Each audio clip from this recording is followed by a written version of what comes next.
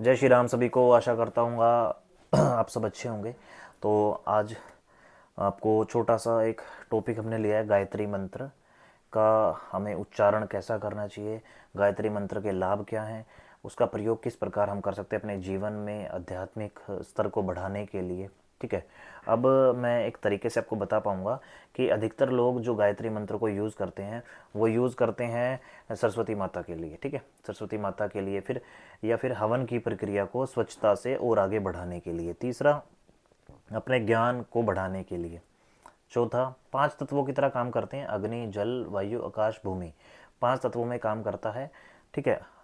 और गायत्री मंत्र, तो गायत्री मंत्र की प्रक्रिया को हमेशा ध्यान से डिफाइन किया जाता है, ध्यान से।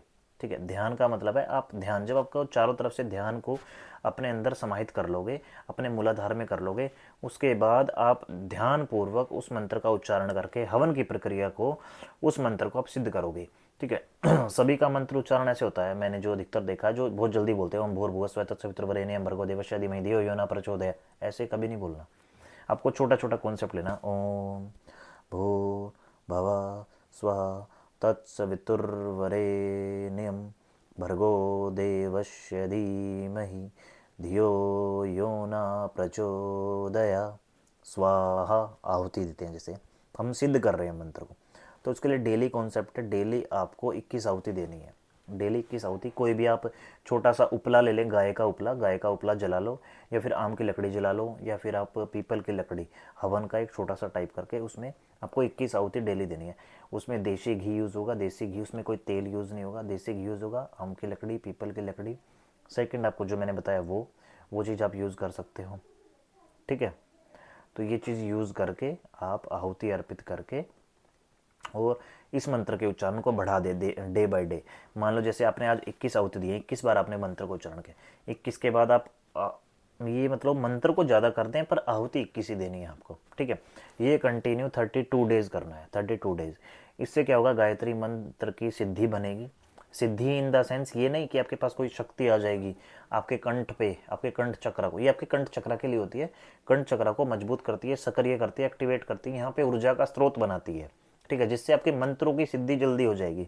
मंत्रों की सिद्धि, जैसे ओम नमः शिवाय करोगे, ओम हनुमते नमः करोगे, शनिचराय नमः करोगे, अष्टकाल भैरवाय नमः करोगे, कोई भी मंत्र करोगे उसको, ये कंठ की एक सिद्धि है, कंठ सक्रिय हो जाता है, जिससे ओम भूर्भुवः से, और जिससे गायत्री मंत्र के प्रभाव से आपका कंठ जागृत हो जाता है, जिससे आप किसी भी मंत्र को करोगे वो सिद्ध हो जाएगा। ठीक है, सिद्ध।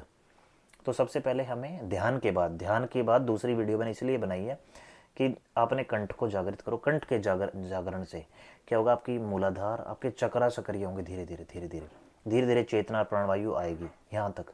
ठीक है, आपके शरीर की इंद्रियाँ खुलेंगी। हो गया अभी कॉन्सेप्ट। अब मैंने बताया कैसे आपको ये सिद्ध करना है।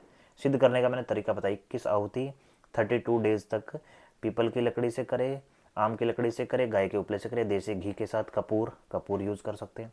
और 21 आहुति ओम भूर्भुवस्सुः तत्सवितुर्वरेण्यं भर्गो देवस्य धीमहि धियो यो न प्रचोदयात् करके आहुतियाँ दें। अब इसका प्रयोग किस प्रकार करना है जब आपका हो जाए, तो प्रयोग का ही बताया मैंने कि जब ये सिद्ध हो जाए 32 डेज में, उसके बाद आपको क्या करना है, अपने ऊपर आपको काम करना है। अपने ऊपर कैसे काम करना है, मूलाधार का संकल्प ले कि मूलाधार के लिए हे परमपिता परमेश्वर, मैं इस मंत्र का जाप कर रहा हूँ। अब मान लो आप ओम भूर्भुवस्सुः तत्सवितुर्वरेण्यं तो आपने कर लिया, कंठ चक्र जागृत हो गया। अब जागृत करने के बाद आप, और ये कंटिन्यू करना है, और ये सुबह सुबह 10 बजे से पहले पहले करना है ये मंत्र और ये हवन। शाम को नहीं करना किसी को भी, सॉरी, शाम को ये काम नहीं करेगा, सुबह सुबह करना है। ठीक है, 10 बजे से पहले पहले, ये मानो आप 10 बजे तक कर लो, आप 11 10:30 मत बजने दो, सुबह 6 से 11 लास्ट इतना टाइम कर सकते हो आप, इसके बाद नहीं।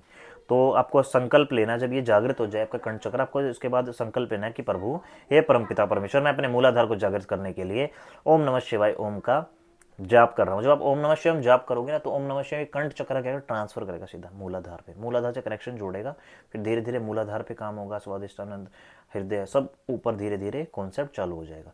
तो इसका प्रयोग आप अपने चक्रों को एक्टिवेट करने में, अपनी इंद्रियों को जागृत करने में कर सकते हो। ठीक है, अपना ओरा, अपनी दिव्य दृष्टि, दिव्य चक्षु को बढ़ाने में कर सकते हो। ध्यान कैसे कंसंट्रेशन करना है, ध्यान में भी आपके काम आएगा। जो आप यहाँ से बोलोगे तो अनकॉन्शियस माइंड उसको एक्सेप्ट करेगा, स्वीकार करेगा। स्वीकार करने से आपकी बुद्धि की गति बढ़ेगी। अनकॉन्शियस कॉन्शियस माइंड दोनों कन्फ्यूज़न में नहीं रहेंगे। कन्फ्यूज़न का आधार बढ़ता चला जाएगा और सारा वो ज़ीरो हो जाएगा। कन्फ्यूज़न थोड़ी सी भी नहीं रहेगी, बिल्कुल ज़ीरो हो जाएगी। ठीक है, तो आशा करता हूँ ये छोटा सा कॉन्सेप्ट, एक टॉपिक गायत्री मंत्र के बारे में आपको पता चला। इसका प्रयोग, इसका इस्तेमाल, इससे क्या क्या होता है वो मैंने आपको बताया। अपने जीवन में इसे उतारे और अपनी आशाओं को, जो आपकी इच्छाएं हैं, कार्य इच्छा पूर्णतः है, वो आपने पूर्ण करो। सभी को जय श्री राम।